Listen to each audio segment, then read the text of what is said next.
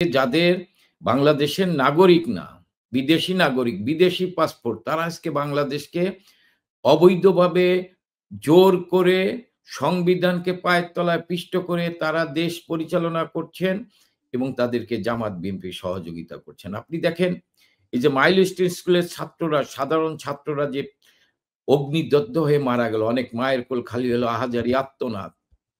সেই সময় আপনি দেখেন ডক্টর ইউনূস তার এদের সুচিকিৎসার ব্যবস্থা না করে, এদেরকে হাসপাতালে নেওয়ার ব্যবস্থা না করে, এদের আত্মীয়-স্বজনকে সান্ত্বনা না দিয়ে, সে যখন এই যারা মৃত্যুবরণ করেছেন অগ্নিদগ্ধ হয়ে, যাদের বাবা-মা আহাজারি করছেন, সহযোদ্ধারা আহাজারি করছেন, যারা হাসপাতালে চিৎকার করছেন, তাদেরকে সান্ত্বনা না দিয়ে তারা যখন স্লোগান দিচ্ছে যে এই ইউনূসকে মানি না, তখন সে তার ক্ষমতাকে একটা স্লোগানের আওয়াজে ক্ষমতাকে টিকিয়ে রাখার জন্য সে জামাত বিএনপি নিয়ে একটা বৈঠক করছেন, মানে জুস খাচ্ছেন আর হাসছেন।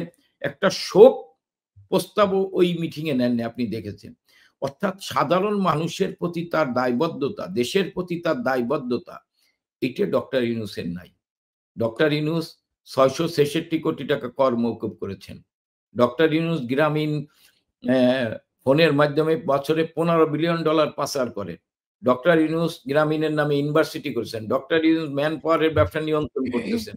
ডক্টর ইউনূস ৫ বছর কর মওকুফের সিদ্ধান্ত নিয়েছেন। গ্রামী ব্যাংকের শেয়ার কমিয়ে এনেছেন। অর্থাৎ সবকিছু সে ব্যবসায়িকভাবে যেমন নিয়ন্ত্রণ করছেন, দেশটাকেও ব্যবসায়িক দৃষ্টিকোণ দিয়ে দেখছেন। আজকে বিদেশিদের সাথে চুক্তি করে, সাম্রাজ্যবাদী শক্তিদের চুক্তি করে বাংলাদেশকে একটা অঙ্গরাজ্য বানানোর চেষ্টা করছেন। আজকে আপনি বাংলাদেশটা তো আজকে দুর্বৃত্তদের দখলে। আমাকে আমরা আমরা বিভিন্ন জায়গায় খবর দেখছি, সরকারের তরফ থেকেও বলা হচ্ছে একজন মেজরকে আটক করা হয়েছে, আপনি জানেন, আটক আবার সেটি অস্বীকার করা হচ্ছে। যাই হোক, বলা হচ্ছে বসুন্ধরা কনভেনশনে আওয়ামী লীগের কর্মীরা তাদেরকে প্রশিক্ষণ দেওয়া হচ্ছিল গেরিলা যুদ্ধের জন্য। এরকম অনেক রকম কথাবার্তা শুনতে পাচ্ছি। আওয়ামী লীগ কি সত্যি সত্যি গেরিলা যুদ্ধের প্রশিক্ষণ নিচ্ছে? শোনেন, আওয়ামী লীগ সবসময় জনগণকে সাথে নিয়ে অপশক্তির বিরুদ্ধে লড়াই করেছেন, ফ্যাসিস্টদের বিরুদ্ধে লড়াই করেছেন। আওয়ামী লীগ, হ্যাঁ, ৭১ সালে আওয়ামী লীগ নেতৃত্বে সেনাবাহিনী, পুলিশ, আপনি ইপিআর এর সদস্যরা এবং সাধারণ মানুষরা, সাধারণ ছাত্ররা, কৃষক, শ্রমিক, ছাত্র জনতা সবাই বঙ্গবন্ধুর ডাকে সাড়া দিয়ে সেদিন তারা যুদ্ধ করেছিল। সেদিন তারা ট্রেনিং নিয়ে যুদ্ধ করেছিল পাকিস্তানের হানাদার বাহিনীর বিরুদ্ধে। আর এটা পাকিস্তানের হানাদার বাহিনীর প্রেতাত্মারাই রাষ্ট্রীয় ক্ষমতায়। তাদের বিরুদ্ধে আমরা মনে করি তাদের অপশাসন, দুঃশাসন, লুটপাট, সন্ত্রাস, জঙ্গিবাদ, মব সন্ত্রাসের বিরুদ্ধে বাংলাদেশের জনগণকে ঐক্যবদ্ধ করেই এদেরকে আমরা বিদায় করব। আমাদের গেরিলা ট্রেনিং এর প্রয়োজন হয় না। কারণ আমাদের বাঁশের লাঠি আমাদের জন্য যথেষ্ট, জনগণই আমাদের মূল শক্তি। আজকে দেখেন জনগণের সাথে প্রতারণা করেছেন। ৫ই আগস্টের আগে জনগণের সাথে প্রতারণা করেছেন, জনগণকে মিথ্যা তথ্য দিয়েছেন, জনগণকে বিভ্রান্তি করেছেন, অপপ্রচার করেছেন। আজকে তারাই স্বীকার করছেন। আপনি দেখেছেন ঢাকা বিশ্ববিদ্যালয়ের শিক্ষক প্রফেসর আকাশ বলছেন যে এটা জুলাই গণ অভ্যুত্থান না, এটা প্রতারণার জুলাই। জনগণের সাথে প্রতারণা করেছেন। দেবপ্রিয় ভট্টাচার্য এখন কি বলছেন?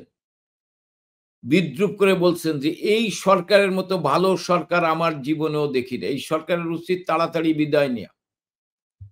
এবং তিনি বলছেন এই সরকার রাষ্ট্রীয় ক্ষমতা আসার পরেই প্রায় আপনার ৩৭ লক্ষ মানুষ, নারী পুরুষ কর্মহীন হয়ে পড়েছেন, তার ভিতরে ১৮ লক্ষ হচ্ছেন নারী। আজকে বাংলাদেশটাকে অর্থনৈতিকভাবে পঙ্গু করে দেওয়া হচ্ছে, রাজনৈতিকভাবে বাংলাদেশটাকে মানে ভোটের থেকে বাংলাদেশকে সরিয়ে নিয়ে হচ্ছে। যারা গণতন্ত্র চিৎকার করেছেন, আজকে কি বাংলাদেশে গণতন্ত্র আছে? আজকে কারা ক্ষমতায়? তাদেরকে ক্ষমতায় অধিকার দিয়েছে? জনগণ দিয়েছে।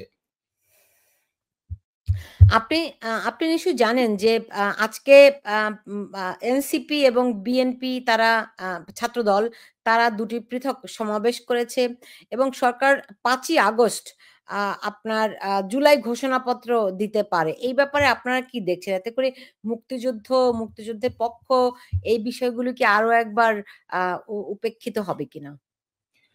শোনেন, বারবার মুক্তিযুদ্ধের চেতনাকে ভুলণ্ঠিত করতে চাইছে।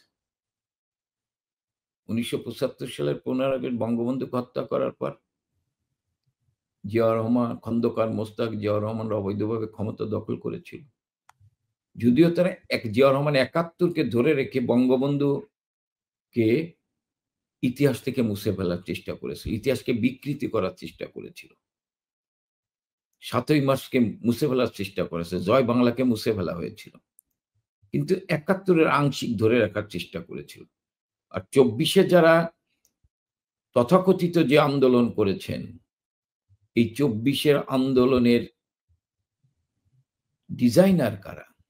ইউনূস, যে মুক্তিযুদ্ধে বিশ্বাস করে না। যে নিজেই বলেছেন মেটিকুলাস ডিজাইন তৈরি করেছে। তার সহযোদ্ধা যারা, যারা এই দেশকে ভালোবাসে না, বিদেশে নাগরিক হয়েছেন, তারা ৭১ এর জামাত, পাকিস্তানের প্রেতাত্মারা, তারা এবং সাম্রাজ্যবাদী অপশক্তির দালালরা, যারা ৭১ কে মেনে নিতে পারে নাই, তারাই ২৪ এ দাঁড়িয়ে বলছেন যে আমরা ২৪ এর নতুন বাংলাদেশ গড়ব এবং ৭১ কে মুছে ফেলতে চাই। ২৪ এর নতুন বাংলাদেশে আমরা কি দেখলাম? যে ৯ মাসে ১,৫,০০০ কোটি টাকা শেয়ার বাজার থেকে বিদেশে চলে গেছে। ২৪ এর নতুন বাংলাদেশে আমরা কি দেখলাম? ইউনূস ৬৬৬ কোটি টাকা কর মওকুফ করালেন। ইউনূস নতুন বিশ্ববিদ্যালয় নিলেন গ্রামীণের নামে। ইউনূস ম্যান পাওয়ারের ব্যবসা করলেন গ্রামীণের নামে। গ্রামীণ জনগণের গ্রামীণ, সেই গ্রামীণ থেকে সরকারের শেয়ার কমিয়ে আনলেন। আর তার সাঙ্গপাঙ্গরা, তার বাহিনী বাংলাদেশে মব সন্ত্রাস করে চাঁদাবাজি, লুটপাট এই হচ্ছে। জি। ধরেন ১ বছরে ডক্টর ইউনূস অনেক কিছু করেছেন। তো ১ বছরে আপনারা কি করলেন? কি ১ বছর পরিকল্পনা? এই যে যেই তরুণরা আপনারা বলছেন বিভ্রান্ত হয়েছে, তাদের দিক নির্দেশনার জন্য আপনারা কি করছেন? তাদের বিভ্রান্তি কাটানোর জন্য কি করছেন? দলকে সংগঠিত করা, আপনি বলবেন আমরা সংগঠিত আছি। সুসংগঠিত করার জন্য কি করছেন? মানে না, আমরা ভবিষ্যৎটি সংগঠিত কি? আমরা সংগঠিত নাই। আমরা সংগঠিত নই। আমরা সংগঠিত হওয়ার চেষ্টা করছি। আপনি যেটা বলছেন মাননীয় প্রধানমন্ত্রী কি নির্দেশনা দিয়েছেন? মাননীয় প্রধানমন্ত্রী, আপনি দেখেছেন যে অনলাইনে প্রতিদিন প্রতিটি জেলায় তৃণমূলের নেতাকর্মীদের সাথে প্রতিদিন কথা বলছেন। তাদেরকে অনুপ্রাণিত করছেন, শক্তি দিচ্ছেন এবং সুসংগঠিত হতে বলছেন। হ্যাঁ? ১৫ বছর আমরা রাষ্ট্রীয় ক্ষমতায় ছিলাম। দল আমরা ওইভাবে সুসংগঠিত করতে পারিনি। দলের ভিতরে দ্বন্দ্ব ছিল, প্রতিযোগিতা ছিল, প্রতিহিংসা ছিল, কোথাও মারামারি হানাহানি ছিল। আমাদের দোষ ত্রুটি ছিল না, যেটা আমরা বলি না। আমি তো শুনতে পাই সেই দ্বন্দ্ব আপনাদের এখনো আছে। না, এখন সেই দ্বন্দ্ব বরং ৫ই আগস্টের পর আমাদের তৃণমূলের নেতাকর্মীরা, তারা জননেত্রী শেখ হাসিনার নেতৃত্বে ইস্পাত কঠিন ঐক্য গড়ে তুলেছে। হয়তো আমার প্রতি তাদের ক্ষোভ থাকতে পারে। আমি জননেত্রী শেখ হাসিনার আকাঙ্ক্ষা অনুযায়ী দলকে দায়িত্বপ্রাপ্ত হিসাবে দলকে ওইভাবে সুসংগঠিত করতে পারিনি, সেই ক্ষোভ আমার প্রতি থাকতে পারে। কিন্তু এখন তারা মনে করে যে আজকে আমাদের প্রিয় নেত্রীকে অবৈধভাবে, অসাংবিধানিকভাবে এবং ষড়যন্ত্র করে তাকে হত্যা করার চেষ্টা করে তাকে ক্ষমতাচ্যুত করা হয়েছে। আমাদের প্রিয় নেত্রী দেশের প্রশ্নে মাথা নত করেননি বলে তাকে ক্ষমতাচ্যুত করা হয়েছে। আমাদের প্রিয় নেত্রী করিডোর দিতে চায়নি, আমাদের প্রিয় নেত্রী সামরিক ঘাঁটি করতে দিতে চায়নি, আমাদের প্রিয় নেত্রী দেশকে কারো কাছে লিজ দিয়ে ক্ষমতায় থাকতে চায়নি। যার ফলে আমাদের প্রিয় নেত্রীর বিরুদ্ধে আজকে জাতীয় আন্তর্জাতিক ষড়যন্ত্রকারীরা ইউনূস তথাকথিত মেটিকুলাস ডিজাইনের মাধ্যমে মিথ্যা তথ্য অপপ্রচার করে সাধারণ মানুষের সাথে প্রতারণা করে তাদেরকে মিথ্যা তথ্য, জননেত্রী শেখ হাসিনার সরকারের বিরুদ্ধে মিথ্যা তথ্য দিয়ে অপপ্রচার করে জাতীয় আন্তর্জাতিকভাবে সরকারের ভাবমূর্তি ক্ষুণ্ণ করার চেষ্টা করেছে এবং জনগণকে, সাধারণ ছাত্রকে জননেত্রী শেখ হাসিনার সরকারের বিরুদ্ধে তাদেরকে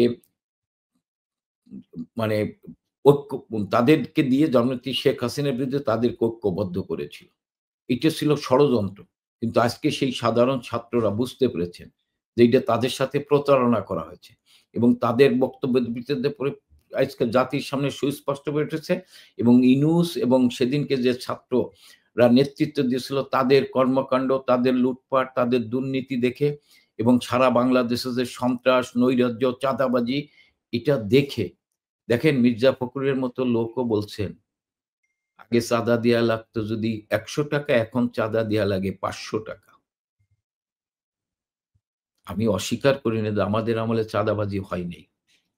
কিন্তু আগে চাঁদা যদি ১০০ টাকা, এখন চাঁদা দেয়া লাগে ৫০০ টাকা। মানে আপনারা কি এরকম মানে কার চেয়ে কে কত বেশি খারাপ সেই না, কম্পিটিশন করেই যাবেন? না, এই কম্পিটিশন আমরা করি না। আমরা এটা মানে মানে যারা আপনাদের চেয়ে ইউনূস সরকার আমাদের কত খারাপ আমাদের এইটাই কি আমাদের লক্ষ্য? আমাদের আমাদের বিরুদ্ধে যে অভিযোগগুলো করা হয়েছিল সেটা যে মিথ্যা, সেটা যে ভিত্তিহীন। না, আমি বলি সব আমাদের ভিত্তিহীন নয়। আমি সব ভিত্তিহীন তো বলতেছি না। কিন্তু অধিকাংশ মিথ্যা, ভিত্তিহীন। আপনি নির্বাচন নিয়ে প্রশ্ন করতে পারেন, নির্বাচন প্রশ্নবিদ্ধ ছিল, জনগণ অনেকে ভোট কেন্দ্রে যায়নি, আমি এটা অস্বীকার করি না।